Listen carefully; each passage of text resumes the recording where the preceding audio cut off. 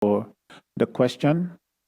Every year, at the beginning of the year, it is possible that some teachers do not receive their contracts on time, and that has to do with various things. It can be that the teacher was taken on very late down in the year, because we do get notices from teachers very late that they will not be coming back, and then you would have to get other teachers.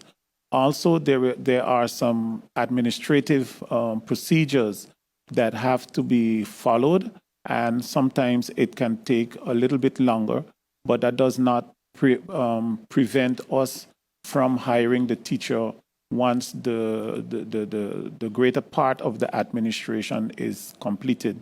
So it isn't something that is happening for the first time.